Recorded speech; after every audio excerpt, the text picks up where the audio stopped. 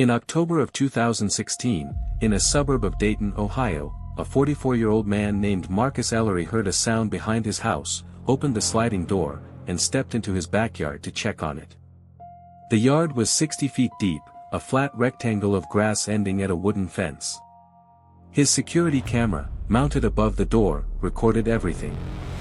It shows Marcus walking away from the house, toward the fence, at a normal, steady pace. It shows him walking for 9 minutes and 11 seconds. 60 feet. 9 minutes, at a walking pace, in a straight line, and in the final frame he is still walking, still in the yard, and he has still not reached the fence.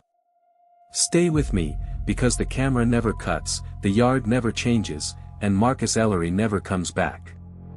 Marcus was an ordinary man with an ordinary reason to be suspicious. There had been break-ins on his street that fall, garages mostly, and like half his neighbors he had mounted a cheap wide-angle camera over the back door. It recorded continuously to a drive in his hallway closet. His wife, Renee, was upstairs that night. She heard the sliding door open at 11:52.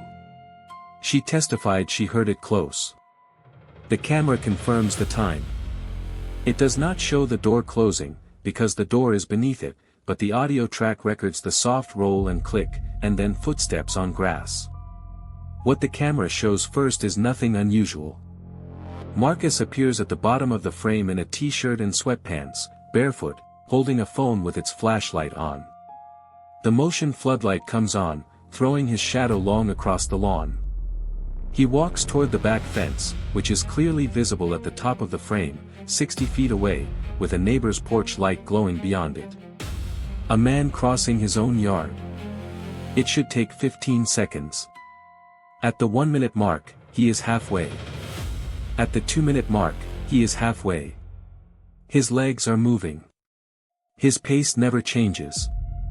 The grass passes beneath him, or seems to.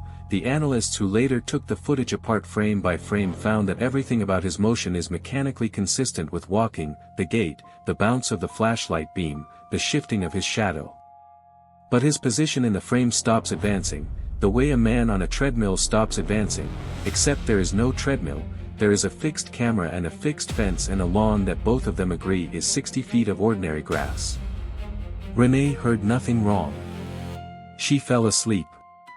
The floodlight, which runs on a 3-minute timer, shut off at 11:55, and here is where the footage becomes the thing that investigators would pass around for years, because the camera switches to infrared, and in the gray-green night vision image Marcus Ellery is still there, still walking, a small pale figure in the middle of the yard, moving steadily toward a fence that no longer seems to be getting closer, and his phone light is still on, a hard white star in the infrared, and it is pointing forward, at the fence, as if he is following it. Hold on, because the strangest part is not the walking. At 7 minutes and 40 seconds, Marcus stops. He stands still in the middle of the yard, 30 feet from the house, 30 feet from the fence, measured against the frame 100 times by 100 analysts. He turns around. He looks back at the house, directly at the camera, and the enhancement done later shows nothing dramatic in his face, no fear, only what one investigator described in his notes as the expression of a man doing arithmetic that isn't coming out right. He raises his phone. In the house, on the kitchen counter, Renee's phone lit up at 11:59 with one text message from her husband. It said, "The yard is longer." Then he turns back around, and walks, and at 9 minutes and 11 seconds he passes out of the top of the frame. Not over the fence. He does not reach the fence. He simply recedes past the point where the infrared can resolve him, growing smaller in a 60-foot yard than a man should ever be able to grow, and the last thing visible is the white dot of his phone light, bobbing gently with his steps, getting smaller, until it is a single pixel, and then nothing. The camera kept recording all night. The yard sits there in the footage until dawn, empty, ordinary, 60 feet deep. At 6:40 in the morning the neighbor's sprinklers come on beyond the fence, and the fence is exactly where it has always been.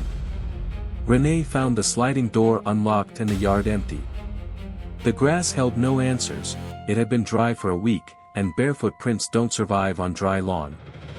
Police walked the yard within hours, and one of the first officers on scene did the thing everyone does when they hear this case. He walked from the door to the fence, and it took him 14 seconds. Dogs tracked Marcus's scent from the sliding door to a point near the middle of the lawn, and lost it. Not at the fence. In the open middle of the yard, in a circle the handlers walked again and again, 30 feet from anything. The footage was sent to the state crime lab, and then quietly to a video forensics company in Virginia, and both reached the same conclusion, which is no conclusion. The recording is continuous. The timestamps are intact. The audio, footsteps on grass, runs unbroken for 9 minutes, and the footstep count matches a 9-minute walk, over 1,000 steps, in a yard that is 60 feet deep. There is no loop. A looped video repeats its noise patterns, and this one never repeats. Whatever the camera saw, it saw it once, in order, in real time. Marcus Ellery was never found. His phone was never found, and it never connected to another tower. The text to his wife was the last thing it ever did. The case is technically open, filed as a missing person, and the file contains a note from the lead detective, written when he retired, that has since become quietly famous among the people who study cases like this. He wrote that he had watched the footage more times than any man should, and that what kept him awake was not the 9 minutes, and not the text. It was the sound. Because the camera's microphone kept recording after Marcus walked out of frame, and underneath the wind and the crickets, faint and steady and growing fainter, the footsteps on grass go on for another hour and 19 minutes. A man crossing a 60-foot yard, walking away from a house he could not have lost sight of, getting further and further into a backyard that, in the morning, took an officer 14 seconds to cross.